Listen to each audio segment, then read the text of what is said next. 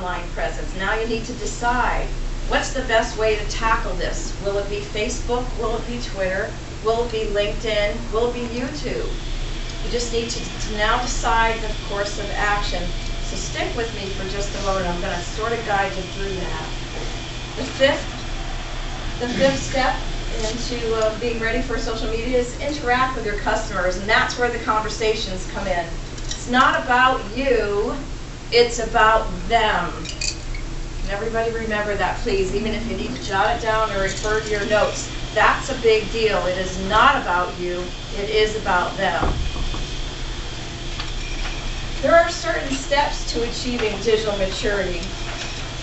Actually, I just want to back up here for just a moment, because I believe I mentioned in the beginning that we're going to be offering a series of 5 seminars, more in-depth seminars, and they will be dealing with these topics. So the first one that we will be dealing with is steps to achieving digital maturity. And what that means, you're going to want to write this down.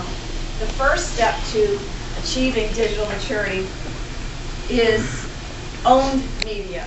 And what that means, typically everyone has a website, correct? If not, we'll get you there.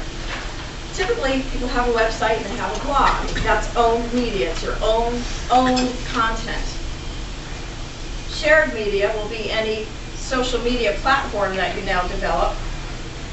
Adding in a mix of paid media, online advertising. Then the third step to achieving digital maturity will be earned media. That's any press releases that you have earned, any radio spots, any online buzz that has been created due to your ads, etc.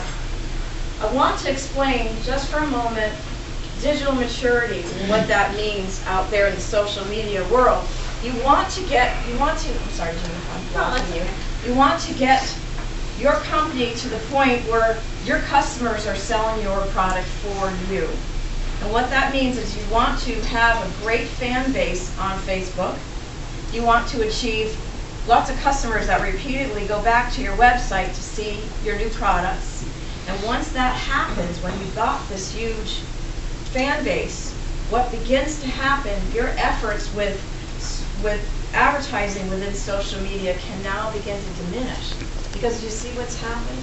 In the beginning, and I'm not advocating that social media is free, because if you came in here with that perception, it's not true. Especially to build your organization or your company, you have to put some dollars into it, and we'll get into it. It doesn't have to be exorbitant. But in the beginning, you will need that important step to help achieve where you need to be with social media, and then once you build your audience base, you back that down and let the audience or your customers begin to sell through you. Is everyone sort of clear on that? Those are the steps to achieving digital maturity. We all ultimately want to be there. Before I go on, is everybody okay? Now, how do we do that? Let's take that one step at a time.